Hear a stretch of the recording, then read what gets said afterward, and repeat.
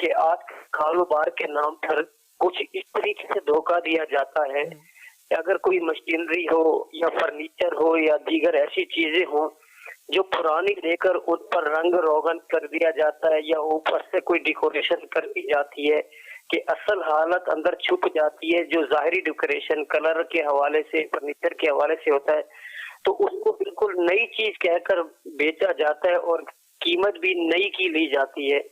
تو کیا اس طریقے سے کرنا جائز ہے یا ناجائز ہے؟ تو دیکھیے ڈپینڈ کرتا ہے ہر آئٹم پر الگ الگ۔ مثال کے طور پر کسی کو لوہے کا دروازہ بنا کے دینا ہے، اب لوہے میں کیا پرانا کیا نیا۔ مثال کے طور پر ایک تو یہ نا بھی چادر پتلی ہو گئی ہے، زنگ چڑھ گیا ہے، یہ تو یوب ہے، لیکن ہر لوہا ایسا ہو کہ جس کو یہ کہا جائے کہ یہ چونکہ نیا نہیں ہے اس لیے یہ خراب ہے، ایسا ہر جگہ نہیں ہوگا۔ اچھا اسی طریقے سے بعض اوقات لکڑی میں بھی ایسا نہیں ہوتا۔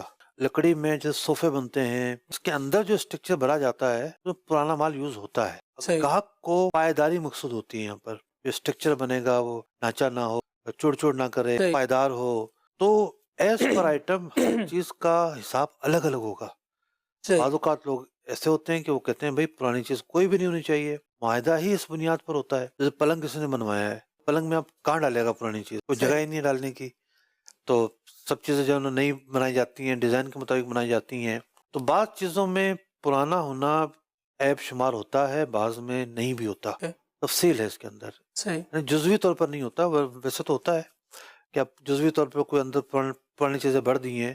اب تکیہ ہے، جیسے اب تکیے میں تو بڑی ڈفرینٹ چیزیں ہوتی ہیں۔ اب وہ زمانہ گیا کہ تکیے میں روئی ملے گی آپ کو، نہیں پتہ نہیں کیا کیا چیزیں آ گئی ہیں تکیے کے اندر ہوتی ہیں، اور اس میں بھی پتہ نہیں کیا کچھ جدید چیزیں بھی آ گئی ہیں۔ اب تو تکیوں کی بھی کوڈنگ ہوتی ہے کہ اس کے اندر بیکٹیریاز نہ جائیں، خاص طور پر جو الرجی کے مریض ہوتے ہیں وہ پوری کوٹنگ کرواتے ہیں اس کے اوپر کہ الرجی جو نا وہ نہ ہو۔ تو یوں تفصیل ہے پوری چیزوں کی۔ مارکیٹ میں جو چیز قیمت میں کمی لاتی ہے وہ عیب شمار ہوتی ہے، اور عیب اگر ہے تو پھر بتانا پڑے گا۔ الیکٹرانک جو چیزیں ہیں ان کا معاملہ الگ ہے، مطلب ایک دفعہ بھی یوز ہوئی تو پرانی شمار ہوتی ہے۔ موبائل ڈبے سے نکل گیا اب وہ نیا شمار نہیں ہوتا۔ تو یوں مختلف چیزوں کا عرف بھی الگ ہے۔